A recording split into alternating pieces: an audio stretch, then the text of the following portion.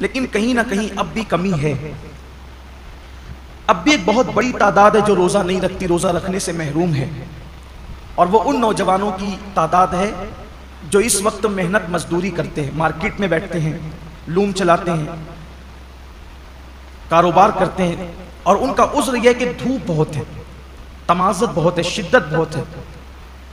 واقعی موسم تو گرم ہے، کچھ روزے اپریل میں ہوں گے اور کچھ روزے مئی میں بھی ہوں گے، بلکہ پورا آخری عشرہ مئی میں ہوگا، اور گرمی کا اور محنت کا عذر پیش کر کے لوگ روزہ چھوڑ دیتے ہیں.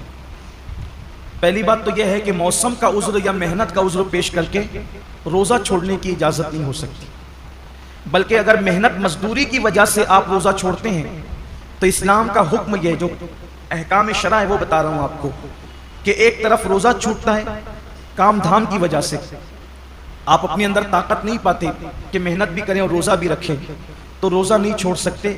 آپ کو شریعت یہ حکم دیتی ہے کہ آپ اپنی مصروفیات کم کر دیجیے، آپ کام شارٹ کیجئے، لیکن روزہ آپ کو رکھنا ہے.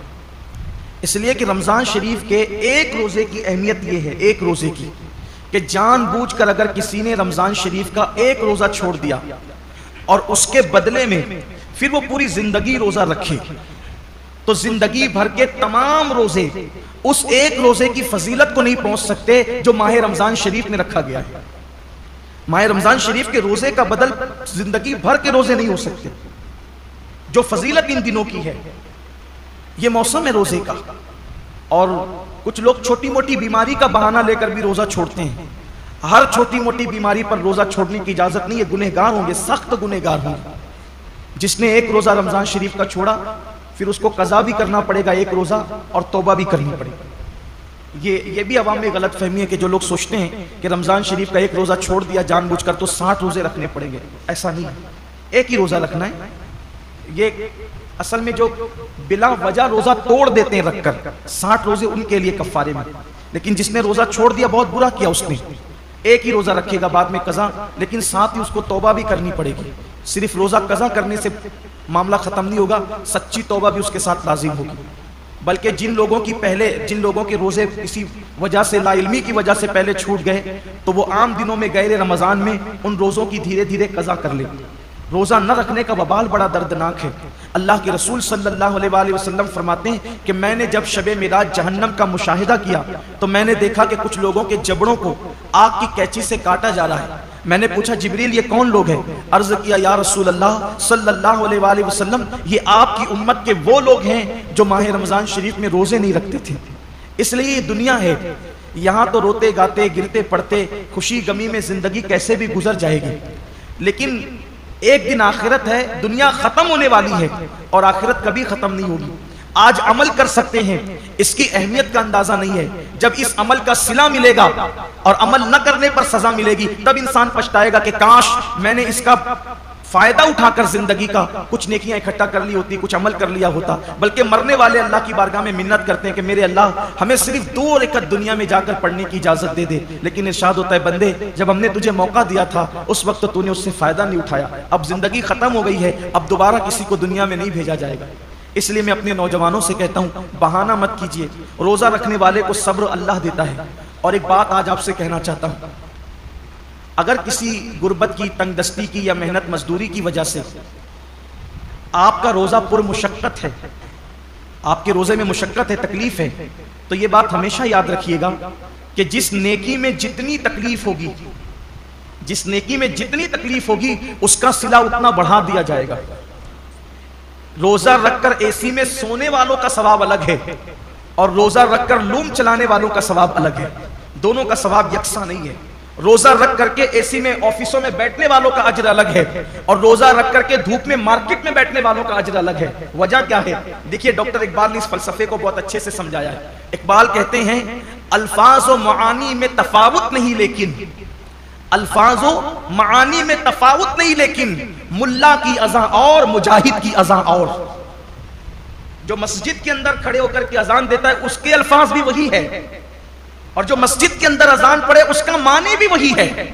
اور جو جہاد کے صحرا میں اذان دے اس کا معنی بھی وہی ہے اور اس کے الفاظ بھی وہی ہے، لیکن جو اذان کا ثواب مسجد میں کھڑے ہونے والے مؤذن کو ملتا ہے وہ مجاہد کو نہیں ملتا، اس لیے کہ دونوں کی اذان میں بڑا فرق ہے۔ مؤذن کی اذان پر چند لوگ مسجد میں آتے ہیں اور مجاہد کی اذان پر پوری قوم کو اللہ کامیابی اور فلاح عطا فرماتا ہے، دونوں میں بڑا فرق ہے۔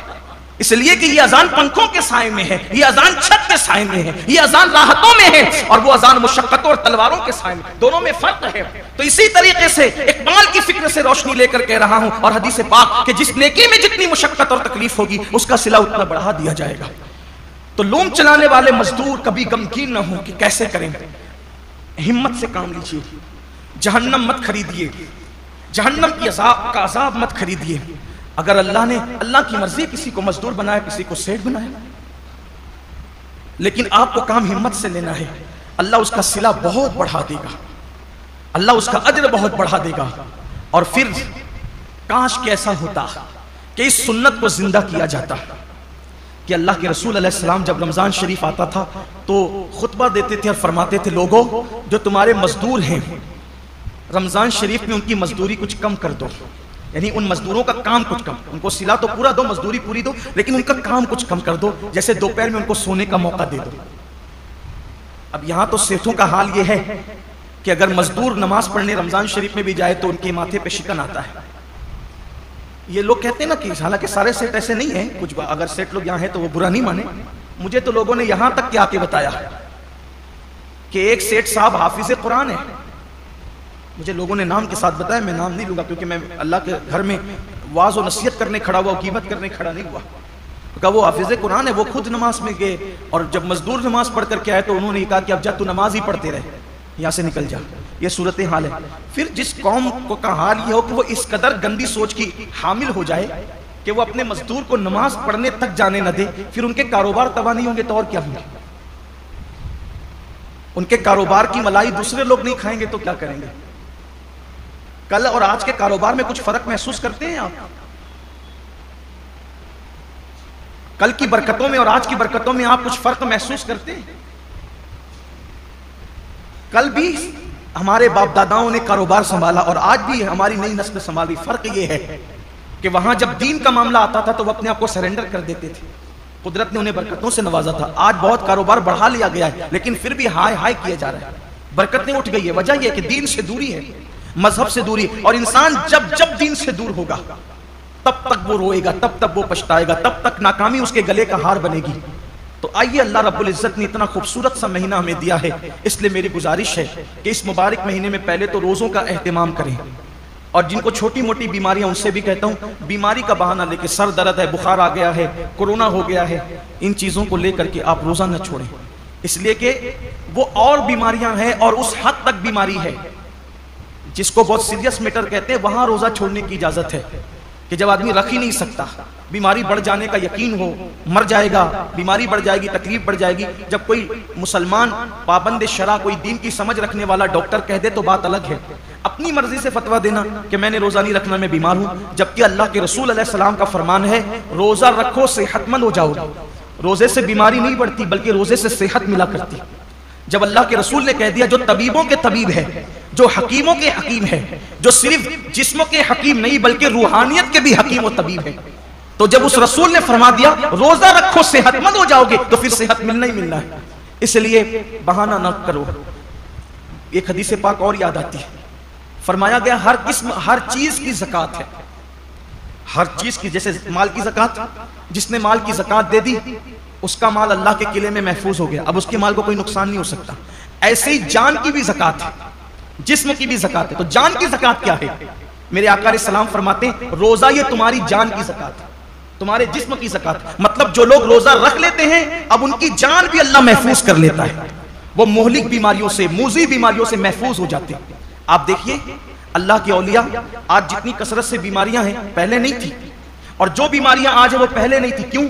اس دور میں لوگ صرف رمضان شریف کے روزے نہیں رکھتے تھے بلکہ مہینے میں 13، 14، 15 تاریخ کو بھی اکثر مسلمان روزہ رکھتے تھے۔ 3 روزے تو مہینے میں رکھتے ہی تھے مسلمان، پھر اس کے بعد جو اور دن سے قریب تھے وہ پیر اور جمعرات کے بھی روزے رکھتے تھے۔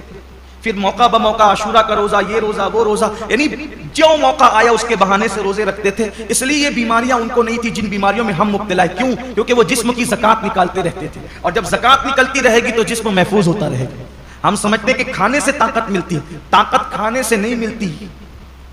کھانا تو ایک بہانہ ہے. فرمایا گیا کم کھانا یہ صحت انسان کو صحت مند کرتا ہے، کم غذا انسان کو صحت مند کرتی. ہم کھانے کے لیے پیدا نہیں ہوئے، کھانا ہمارے لیے پیدا ہوا. بزرگوں نے فرمایا جینے کے لیے کھایا کرو، کھانے کے لیے جیا مت کرو، اللہ کے لیے جیو. یہ انسان کی سوچ اور فکر ہونا چاہیے. تو پہلی چیز یہ ہے روزہ رکھیے، روزے کا اہتمام کیجیے، اور روزہ رکھیے تو اس طرح رکھیے جیسے اللہ نے روزہ رکھنے کا حکم دیا.